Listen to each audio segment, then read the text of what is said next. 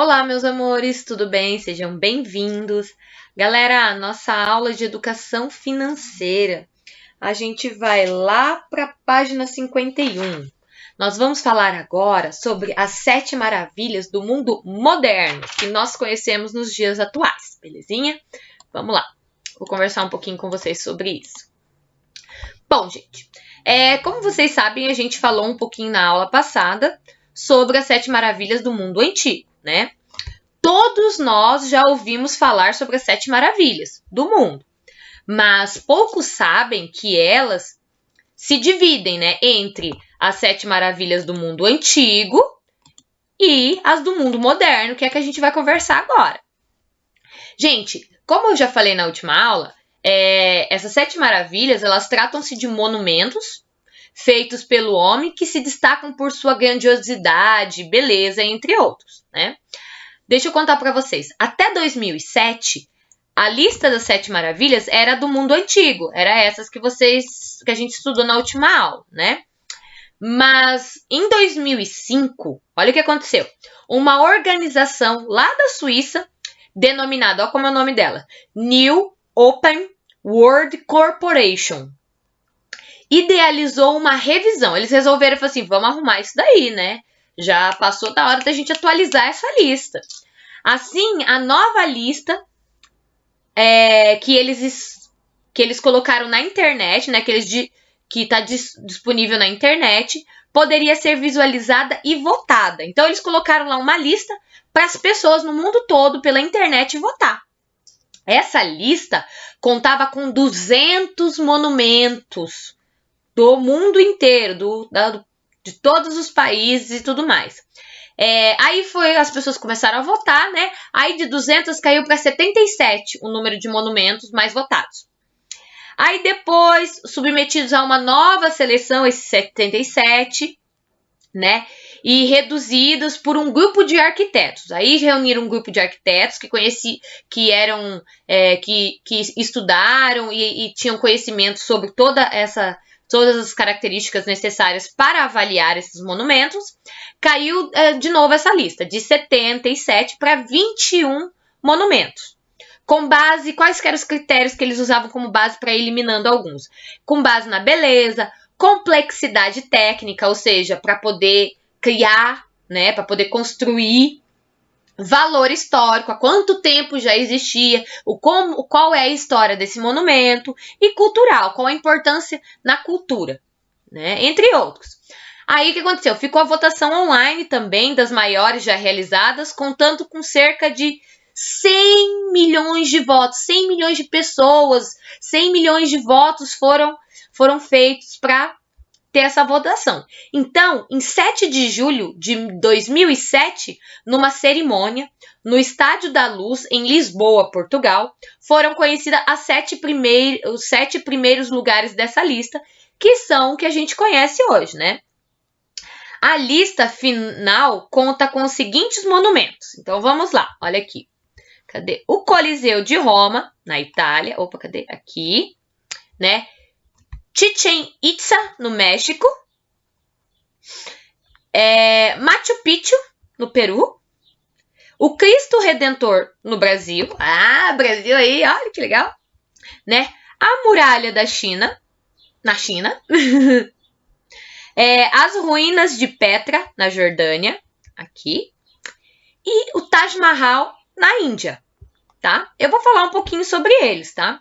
O Coliseu, aqui, ele é uma das maiores construções do Império Romano. Ele foi construído aproximadamente em 70 depois de Cristo, depois do nascimento de Cristo, no ano 70.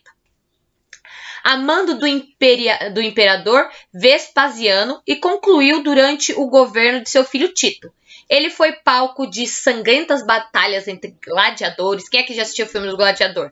Onde eles lutavam com animais ferozes. O Coliseu foi inaugurado cerca de 8 anos após o início da sua construção. Então, levou 8 anos para fazer ele. Para a inauguração, foram programadas uma série de festas, jogos que duraram 100 dias. Olha, duraram 100 dias de festa por conta da inauguração do Coliseu, né? Durante esse período, tiveram várias batalhas. O Coliseu, também conhecido como Anfiteatro Flaviano, está localizado no centro da cidade de Roma, na Itália. Suas atividades foram encerradas, né? Não tem mais lutas, essas coisas, mas suas ruínas ainda atraem turistas de todo o mundo, né? Impressionados por sua história, e é lindo lá conhecer. Eu não conheço, mas eu imagino que deve ser lindo. Vamos agora para Chichén Itzá, que é no México. É uma cidade arqueológica localizada na cidade de Tinún, na província mexicana de Yucatán, considerada a capital da civilização maia, tá? A pirâmide que temos aqui, ó, de Kukulcán ou El Castillo, é o ponto mais conhecido do local e o vestígio arqueológico mais importante da civilização maia. Então, muitos arqueólogos vão lá para estudar sobre a civilização maia. Juntamente com o templo Chaquimu, a Praça dos Mil Colunas e o campo de jogos dos prisioneiros compõem as estruturas da cidade. Então tem uma cidade ali com vários monumentos, formando um espetacular sítio arqueológico, um lugar maravilhoso para ir conhecer. Além de ser uma das 7 maravilhas do mundo moderno, Chichén Itzá é considerada patrimônio cultural do México e patrimônio da humanidade. Então, as pessoas cuidam muito, preservam, porque faz parte da história. E é lindo. Agora nós vamos aqui, ó, para Machu Picchu, no Peru. Conhecida como a cidade perdida dos Incas, Machu Picchu localiza-se no topo de uma montanha na Cordilheira dos Andes. Mais de 2.400 metros acima do nível do mar, no Vale da Urubamba, atual Peru. São cerca de 33 mil hectares, gente, é muita terra, de vales montanhosos. Machu Picchu significa velha montanha. E hoje é considerado o principal símbolo do Império Inca. As ruínas da cidade ficam dentro do santuário histórico de Machu Picchu. Infelizmente, com a chegada dos espanhóis no século XVI, o Império Inca ele foi se desfazendo por conta que com a conquista dos espanhóis, eles chegando, tentando conquistar as terras deles, muitas lutas, o povo Inca foi se desfazendo. E em 24 de junho de 1911, as ruínas foram descobertas por arqueólogos ingleses. E Machu Picchu, além de ser uma das 7 maravilhas do mundo moderno, também é desde 1983 um patrimônio histórico da Unesco. Tem que ser preservado e cuidado, ok? Agora nós vamos falar sobre sobre uma das 7 maravilhas que todos nós amamos, que é o Cristo Redentor. Uma das 7 maravilhas do mundo moderno, localiza-se na América Latina, né? A gente sabe disso. Porém, a única que fica no Brasil. Na cidade do Rio de Janeiro e que compõe o Parque Nacional da Tijuca. Além de fazer parte desta lista, o Cristo Redentor é um dos maiores símbolos do Brasil e maior ponto turístico da cidade do Rio de Janeiro, recebendo cerca de 2 milhões de visitantes ao ano. Este magnífico monumento foi construído em 1931. Então, 69 anos, 79 anos, 89 anos tem o Cristo Redentor. E ele foi inaugurado em 12 de outubro do mesmo ano. Olha, o dia de Nossa Senhora Aparecida, né? O dia das crianças. O Cristo Redentor mede de cerca de 38 metros, sendo 8 metros de pedestal e 30 metros da estátua. Além disso, seus braços se estendem por cerca de 28 metros. Então, quando eles estão abertos assim, né? São 28 metros de largura. E seu peso total é de 1.145 toneladas. Olha só. Construído sobre o Morro do Corcovado, o Cristo Redentor é a terceira maior estátua do Cristo. Deixa eu ver. Do Cristo no mundo.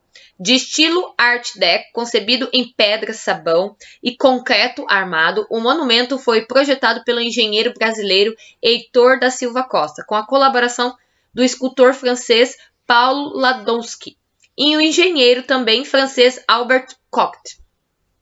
Olha, bem interessante, né? Agora vamos falar sobre a Muralha da China, a Grande Muralha da China. Construída com a intenção de proteger o Império Chinês, a Grande Muralha da China teve sua construção iniciada cerca de 220 anos antes de Cristo, a mando do imperador chinês Qin Shi Huang, da dinastia Qin, com o início da província de Gansu e término do Golfo de Bohai. Olha só, ela tem mais de 20 mil quilômetros de comprimento. É grande, hein? E atravessa vales e montanhas ao longo de 11 províncias, 11 pequenas cidades da China, né? Olha só, você pode ver aqui no desenho que ela vai passando por montanhas e tudo mais, né? Com partes que chegam a 8 metros de altura, ela tem quase 8 metros de altura, e 4 metros de largura, né? Um dos trechos, tem um trecho chamado Badaling, que é um dos mais visitados, que fica próximo à capital Pequim, da China. Recebem aproximadamente mais de 4 milhões de turistas ao ano. A Muralha da China, além de proteger o país, tinha também o objetivo de ocupar homens desordeiros e soldados desocupados, com o fim da guerra, né? Os soldados lá, os homens que não estavam fazendo nada, tinham que ficar lá na muralha cuidando para ver se não chegava nenhum inimigo, né? Calcula-se que mais de 1 milhão de trabalhadores participaram da construção. Cerca de 300 mil desses homens acabaram falecendo em decorrência da construção, né? Porque era um trabalho muito pesado, ok? Agora vamos falar sobre as ruínas de Petra, aqui, ó, na Jordânia. Localizada ao sul da Jordânia, no Oriente Médio, as ruínas de Petra compreendem um antigo conjunto arqueológico que conta com várias construções arquitetônicas, são enormes, gente. Aqui no desenho tá pequenininho, mas a porta é enorme, é muito grande. Construídas arquitetônicas escavadas na rocha, então ela foi feita dentro de uma rocha, tá? Foi escavada, foi construída numa rocha. Foi abrindo buraquinho lá e fazendo isso daqui. Tudo isso aqui é rocha. O termo Petra vem do grego Petrus e significa pedra. Por isso o nome Petra, porque foi feito numa pedra. As ruínas também são conhecidas como Cidade Rosa, em função da cor das rochas ali existentes. As cores são meio rosadas. Seu estilo arquitetônico predomina e seu prédio mais conhecido é o prédio da Câmara do Tesouro. As ruínas de Petra foram um importante centro comercial que prosperou durante o Império Romano. Então aqui era um ponto comercial, onde muitos comerciantes vendiam, eu imagino que alimentos, tecido, né, como também alguns animais. Infelizmente, ela foi devastada a grandes terremotos, né? Apesar da ação do tempo, as ruínas resistem e são consideradas patrimônio mundial da Unesco e um dos pontos turísticos mais visitados do Oriente. Mesmo com a questão dos terremotos ter destruído um pouco, ainda existe e ainda ela é bem preservada, tá? Agora nós vamos falar sobre o Taj Mahal na Índia. Esse lugar muito bonito aqui. O Taj Mahal possui uma história de amor que encanta até mesmo os corações mais duros. Este grandioso monumento é, na verdade, um mausoléu e foi construído a mando do imperador para abrigar os restos mortais de sua esposa. Quando a gente fala mausoléu, a gente fala tipo um sarcófago igual dos egípcios, um lugar para guardar os restos mortais, né, de uma pessoa. No caso aqui, né, a esposa de um rei, né. Conhecida por Mumtaz Mahal, falecida durante o parto do seu 14º filho. Ela teve 14 filhos. E aí no parto do 14º, Mumtaz Mahal, que é o nome da esposa desse rei, ela acabou falecendo. E o rei mandou criar esse lugar para colocar o corpo dela. Está localizado na cidade de Agra, no estado de Uttar Pradesh, na Índia. Erguido entre os anos de 1630 e 1652, o Taj Mahal foi construído em mármore branco e sua arquitetura está repleta de pedras preciosas, né? Além de inscrições retiradas do Alcorão, né? Inscrições, tem escritos... o Alcorão é como se fosse a Bíblia deles, né? Dos muçulmanos e tudo mais, né?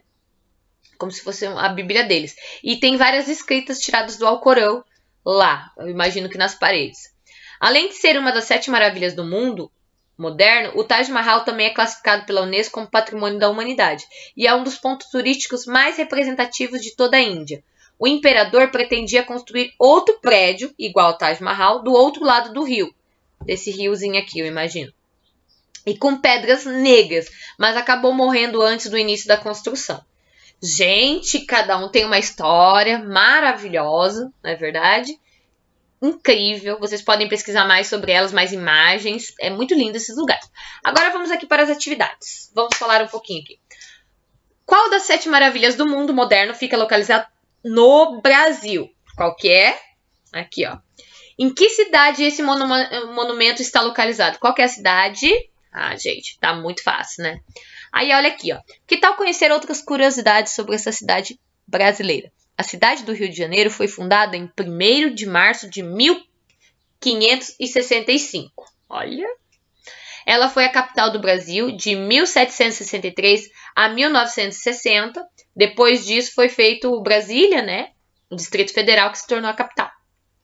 Antes disso, do Rio de Janeiro ser a capital, antes disso era Salvador, tá? Em 1934, André Filho escreveu a Marchinha de Carnaval, Cidade Maravilhosa, para homenagear a cidade do Rio de Janeiro. O maior público da história do futebol mundial aconteceu no Rio de Janeiro. Foi na final da Copa do Mundo de 1950, onde quase 200 mil pessoas assistiram à derrota do Brasil para o Uruguai no Maracanã. Ai, que triste. Vai fazer o quê? Faz parte da história. Agora aqui, gente, nossa última atividade aqui. Deixa eu ver se eu consigo aumentar um pouquinho. Aí, vamos lá. A lista das maravilhas do mundo moderno contempla monumentos localizados em 7 países diferentes. Independente disso, visitar qualquer um desses monumentos requer um planejamento. Não dá para simplesmente, vou lá pro Taj Mahal, vou lá. Não, não é. A gente tem que ter tudo um planejamento, pegar uma data, não é? Ver a questão de dinheiro, ver a questão de passaporte, ver a questão de passagens, hotéis, um guia turístico, várias coisas, né? Trocar o dinheiro, porque muitos lugares a moeda é diferente, né? É dólar, é euro, não é verdade? Existem vários tipos. Imagine que uma família que mora no Rio de Janeiro queira visitar o Cristo Redentor. Tá, imagina que alguém mora no Rio de Janeiro e quer visitar o Cristo Redentor. O que considera importante verificar antes da visita? Bom, quando você já mora no lugar, fica mais fácil, né? Mas o que a gente tem que olhar é o horário do funcionamento, que hora que é permitido visitar o Cristo, o pagamento da taxa de entrada, porque eles cobram para entrar, para poder ver o Cristo, como chegar lá, vai de carro, vai de ônibus, vai de van, o estacionamento, tem estacionamento para colocar o carro, a van, entre outros. Então, vocês podem estar anotando aqui o que vocês acham que deve ser considerado importante. Se você já morasse no Rio de Janeiro, o que você precisava ver, considerar importante para poder ir lá visitar ele? Agora aqui, no 3. Se a família visitante residisse em outra cidade brasileira, por exemplo, a gente aqui que mora em Cascavel, muda alguma coisa? A gente que mora aqui em Cascavel ir lá para o Rio de Janeiro, em termos de planejamento? Muda, né, gente? Preciso ver a questão... se você quer ir de carro, se você quer ir de avião para o Rio de Janeiro, né? Lugar para se hospedar, porque como a gente não é de lá, vai procurar um hotel, um hostel, alguma coisa, né? Entre outros itens, a questão de alimentação, se a gente vai querer guia turístico, não vai. Várias coisas é visto, não é verdade? E agora aqui, ó, no exercício 4. Em que cidade você mora? Cascavel. Se você fosse mostrar sua cidade, se a gente fosse mostrar Cascavel para alguém que não conhece Cascavel, quais pontos turísticos você mostraria? Você vai escrever aqui o nome da cidade, estado, né? Cascavel, Paraná. E os pontos turísticos de Cascavel. O que vocês gostariam de apresentar? Praças, Avenida Brasil, teatro. O que vocês gostariam de mostrar? Né? A gente também tem a feira no teatro aos domingos, né?